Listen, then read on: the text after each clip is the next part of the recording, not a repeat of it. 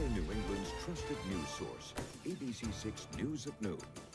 Good afternoon, everyone. Thank you so much for joining us today. It is absolutely gorgeous out there. Here is a live look at Providence with our sky cam.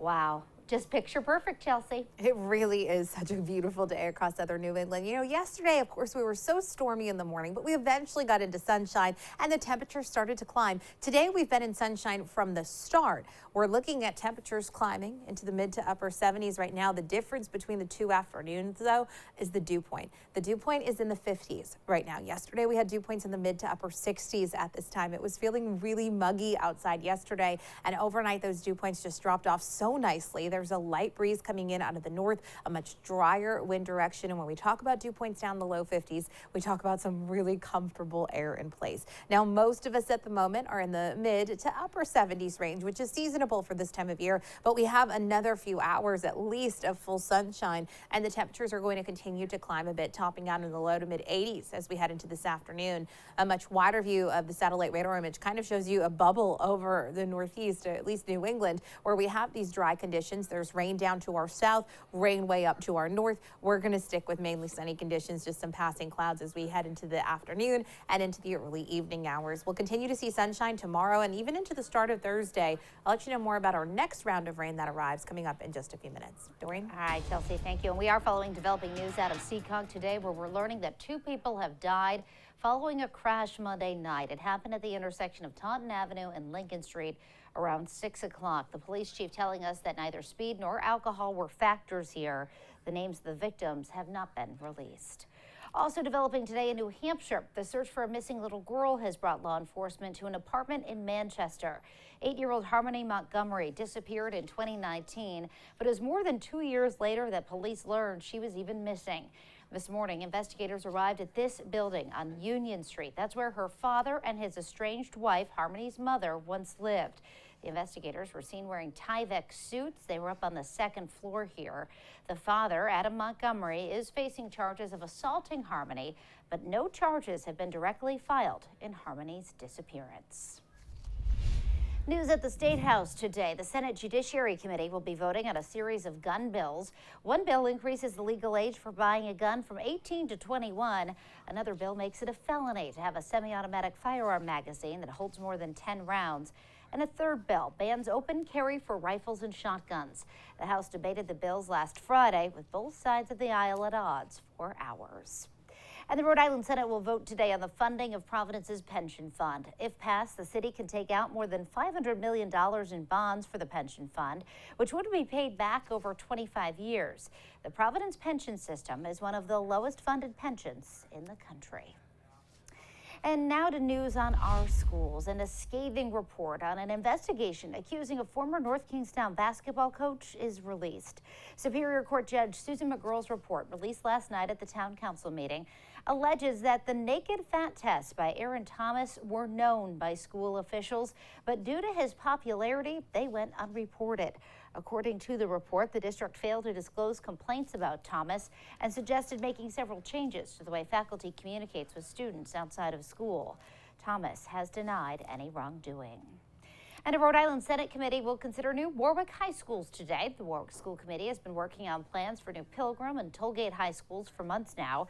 If this bill passes the Senate, the city would be allowed to take out bonds to cover the costs. City voters would likely need to approve the expenses at the ballot box. The project totals $350 million, with the state projected to cover about $150 million. And the search for a missing boater in Fairhaven continues, but he may in fact be on the run on land. A boat washed ashore early Monday morning, police saying it may have been stolen from a community boating center in New Bedford. Police have released this photo of the suspect. They're asking for the public's help to locate him. And now to a local push for better working conditions. Employees at an area Starbucks and 7 Stars trying to organize a union. ABC6 News reporter Yanni Tregellis is live for us in Providence. He spoke with employees of these businesses who are looking for change. Yanni. Yeah, Doreen, employees here at the 7 Stars Bakery formally applying for unionization last Friday, and they're following suit of employees at a Starbucks in Warwick who are going to be voting later today, and the count happening later today, and they could be the first Starbucks in the state to vote yes on unionization. A push for better pay and hours by barista and bakery employees in Rhode Island. Tuesday, employees at the Warwick Starbucks on Pace Boulevard could be the first in the state to vote yes on unionization. It would even out the hours. It would give us a little bit more of a voice in making sure that we get the things that we were promised when we signed up. Employees at the Warwick location first petitioning to unionize in April and say they're looking for better working conditions so that we could provide for customers the service that they should come to expect when they come to Starbucks, but also for us to have the equipment we need to ensure that our day is running efficiently. The actions of the Starbucks employees already influencing other business workers, including Seven Stars Bakery in Providence, who just filed for unionization last week. I can say wasn't inspired by the Starbucks unionization process, and also a lot of members at other stores felt the same kind of, I won't say discontent, but definitely sentiment around working here. 50 workers across 3 Seven Stars locations filing petitions looking to unionize for better pay and hours after some employees say their pay was cut at the start of the pandemic. Giving us the resources and the kind of background information that we need when it comes to proceeding forward, not just legally, but also as people who work here and have lives outside of this cafe. And at the Starbucks in Warwick, the count is expected to have results later on this afternoon. And back here at Seven Stars, the owners of the company saying they are undecided at this time if they will recognize the employees' request for voluntary recognition. And we will be sure to keep you updated on both stories, both on air and online at abc6.com. Reporting live in Providence, Yanni Tregelis, ABC6 News. All right, Yanni, thank you. And now to the Celtics in the NBA Finals. The team in a do-or-die situation after the Warriors take Game 5. Golden State winning 104-94, despite a rather off night for star Steph Curry. The Warriors up in the series 3-2. Game 6 is back in Boston this Thursday night. The game once again with a 9 o'clock tip-off. See it right here on ABC6. Well, still to come on ABC6 News at noon, a shooting in Texas at a summer camp. We'll have the latest on the investigation. And the January 6th hearing for tomorrow postponed. Much more from Washington. And later, get your calendars out. We've got the details on the Massachusetts sales tax holiday. Those dates now set.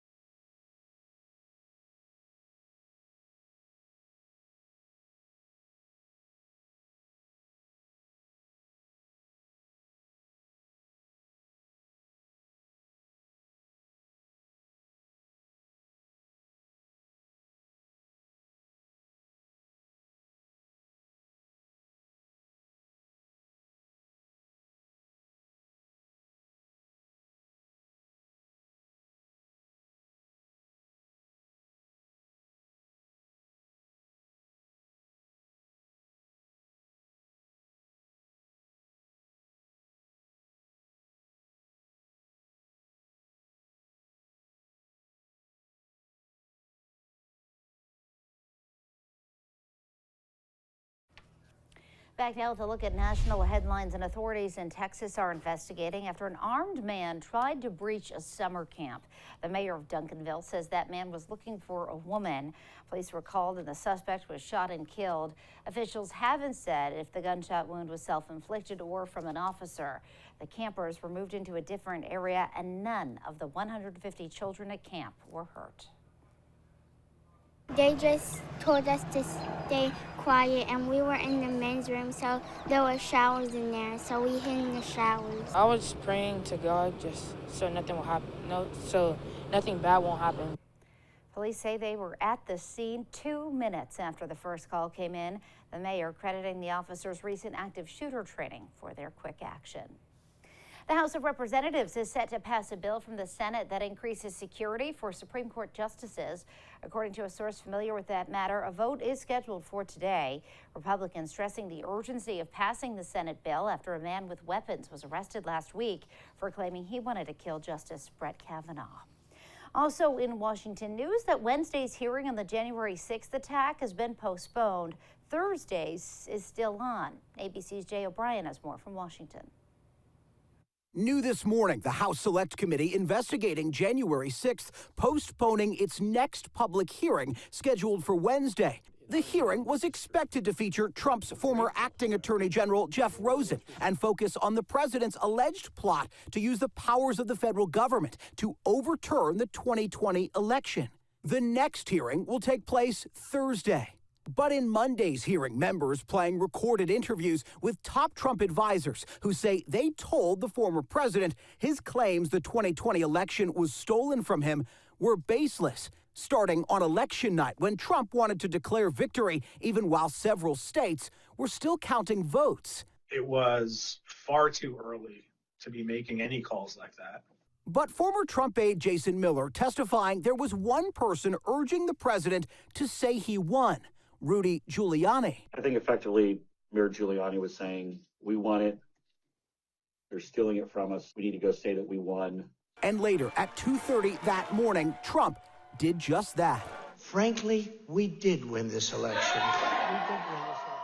Those false claims of a stolen election snowballing, and ultimately, the committee argues, encouraging Trump supporters to take part in the January 6th insurrection. Former President Trump, meanwhile, issued a 12-page statement after Monday's hearing, still pushing false claims and calling the committee a distraction.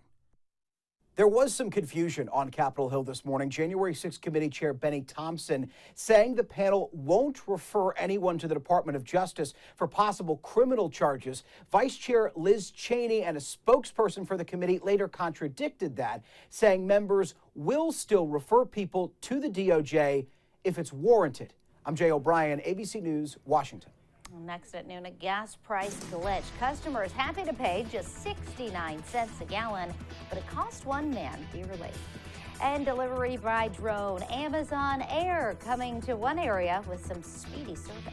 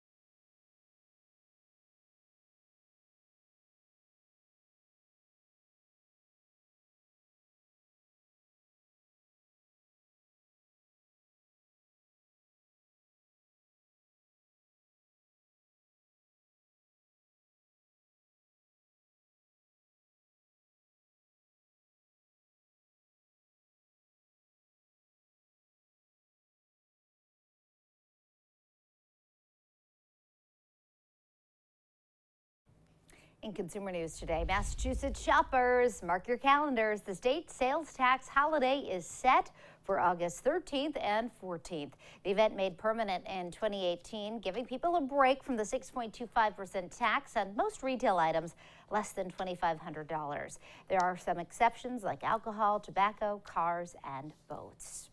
A California gas station manager is looking for a new job after a costly mistake at work. John Cecina accidentally posted the price of gas at 69 cents a gallon. It was supposed to be $6.99. He put the decimal point in the wrong place, giving hundreds of drivers an opportunity to save thousands of dollars on premium grade gasoline.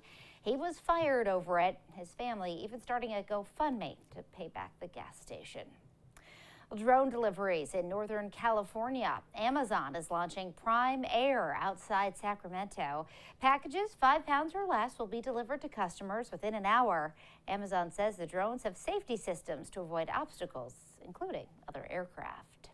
And pretty soon, getting a Jack and Coke will be as easy as opening up a fridge in a store. Coca-Cola has partnered with the maker of Jack Daniel's whiskey to sell a pre-mixed version. It'll eventually go global after a launch in Mexico later this year. And now, your ABC6 Storm Tracker weather with meteorologist Chelsea Priest. Such a gorgeous day across southern New England. Perfect sunshine across the area. Looking out from the lighthouse, the North Light over Block Island, you can see just a really, really pretty day with barely a cloud in sight and some nice mild temperatures even at the coastline today. If you're trying to make today beach day, those temps are in the mid to upper 70s even at the coast. UV index is very high. Our waves are around 3, maybe 4 feet, but the rip current risk is low, and those water temperatures continue to very slowly rise. Now later this afternoon, the breeze does shift. It starts to come in more from the south-southwest right at the coastline, so that's going to cool us down just a bit. But if you're heading out there now, it looks really, really nice again, even at the coastline right now. 75 in Westerly, 75 for Newport, 73 for Block Island, 77 here in Providence and New Bedford and in Taunton. Average for this time of year, but we still have hours of sunlight ahead of us. So we're going to continue to see these temperatures climbing back into the 80s. We were in the mid 80s yesterday, and we'll be in the low to mid 80s range again today. That breeze is coming in very light from the north, about 5 to 10 miles per hour. And the breeze from the north is what's different today compared to yesterday afternoon. Yesterday afternoon, it was so muggy. At this time, we had dew points that were in the mid to upper 60s. That is some really humid air. And now almost all of us are seeing dew points in the low to mid 50s. Significantly more comfortable today than yesterday. Yesterday, going outside to do anything, you immediately felt that muggy factor. Now today and tomorrow, at least into the start of Thursday, we have comfortable conditions in place. You're going to notice a jump in the humidity levels as we head through Thursday afternoon, Thursday night, and into at least the first half of Friday before it looks like we become more comfortable again into the upcoming weekend. So a good mix of some comfortable conditions and maybe a day or two where we feel a bit muggy again. Satellite radar images quiet and clear. You're seeing full sunshine for most of the area right now. In fact, when we zoom out just a bit, we're kind of in between these two systems. There's rain way up to our northeast and another round of some storms that came through parts of the Midwest yesterday, pushing all the way down to our south. So we are in this bubble of nice, dry, comfortable, sunny conditions, and that's going to continue as we head into tomorrow as well. Now, a wider view of the entire United States shows you a big area of dry conditions and sunshine through the middle portion of the country. Also, a huge area of the country dealing with some very warm temperatures through the next couple of days. We're talking about actual temperatures around 100 degrees in some locations with feel-like temperatures well over that. There's a wide spread of an excessive heat warning in place for a good portion of the country. Now, we don't quite tap into this heat and humidity. In fact, tomorrow we actually cool down a bit. We end up with highs in the mid to upper 70s range, and that will continue on Thursday. Friday will be our warm and muggy day here in southern New England. Today, sunshine, dry, clear, cool overnight, temps in the upper 50s and low 60s by tomorrow morning. Tomorrow looks great. Sunshine continues again. Temperatures should top out in the mid to upper 70s range, which is seasonable for this time of year, and we still feel pretty comfortable. Now, overnight Wednesday into Thursday, we're still dry. We wake up Thursday morning, you'll see some sunshine, and then from there, clouds will start to increase into the afternoon. This is by about 6 o'clock. You can see mostly cloudy conditions. The day on Thursday looks dry. It'll be overnight Thursday and into Friday that we start to see some scattered rain and perhaps some thunderstorms coming into the area. So enjoy the sunshine that we get today. It's a warm day, but a less humid day. Tonight is comfortable, lows in the upper 50s and low 60s, and then tomorrow, mainly sunny, seasonable and nice once again with comfortable humidity levels. 7-day forecast shows 70s on Thursday with increasing clouds. Again, it's Friday that we have some scattered showers and storms in the forecast. Seasonable and comfortable into the weekend. Doreen? All right, Chelsea, thanks. Pick Up the Litter is next at noon. Today, meet this 6-year-old pup looking for someone to work on training her and to play in the yard.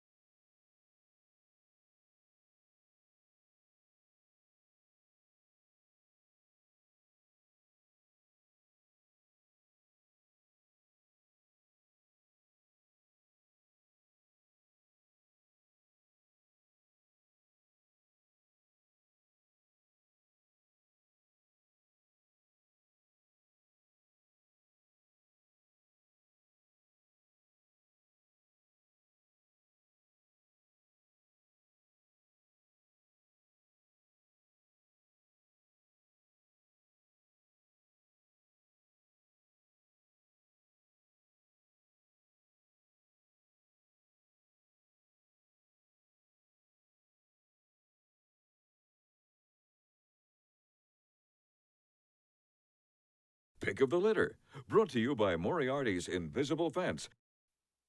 Welcome back. It's Tuesday. That means it's time for Pick of the Litter. We have our friends from the RSPCA here, and you have brought Alina with you today. Do you want to tell us a little bit about her? Sure. Alina is a pit, maybe a pit mix, 4 to 6 years old. Okay. We took her in from another municipal shelter who did not have display space to present her to the public. Okay. So we're trying to find her a home. She's a friendly girl. She is pretty well socialized, but still a little rough around the edges, but she is trainable. Caitlin is here feeding her now. She loves her treats. She's very treat motivated, for sure. She's very food motivated. Yep. She's a good one. She reminds me very much of my dog, Lily. She's a little bit strong on the leash if she sees something. Okay. And every once in a while, she'll jump up and try to give you a kiss, but she's a nice dog, and we think she's going to be a good one. We do not recommend her for a family with kids or small dogs just because of her size and her breed, and because she's still a little bit rambunctious. Sure, she's got some power to her, especially if you're out walking on the leash, like you said. But older, maybe teenage age? Teenage are fine. Okay, teenagers. Any other pets in the house?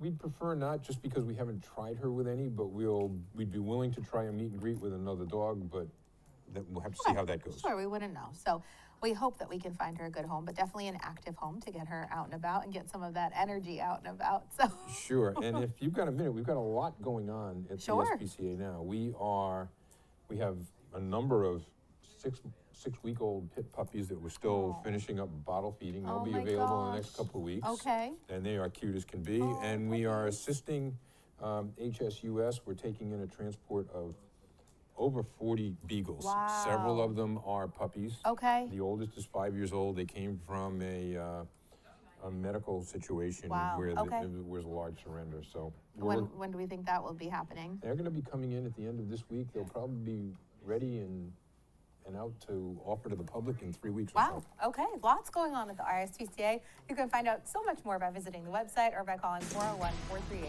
Thanks, guys. Thank you.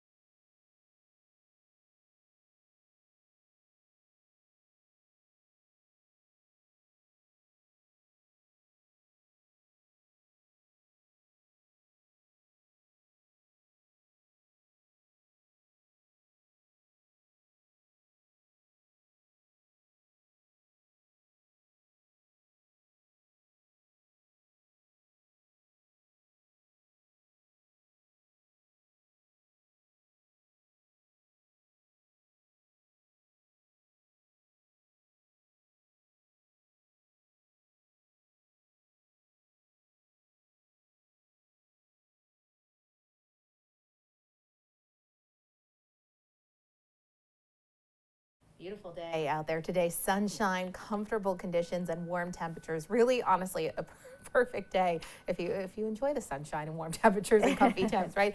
We are looking at sunshine tomorrow, more seasonable temps in the 70s. We'll start Thursday sunny. You'll see some increasing clouds as the day goes on, and that's ahead of some scattered rain and storms on Friday. I don't think it's a washout day, but it does look on and off rainy, and then it looks like we clear out in time for the weekend. We'll be comfortable. All right, Chelsea, thank you, and thank you for joining us for the news at noon. The news continues first and 4. Have a great day.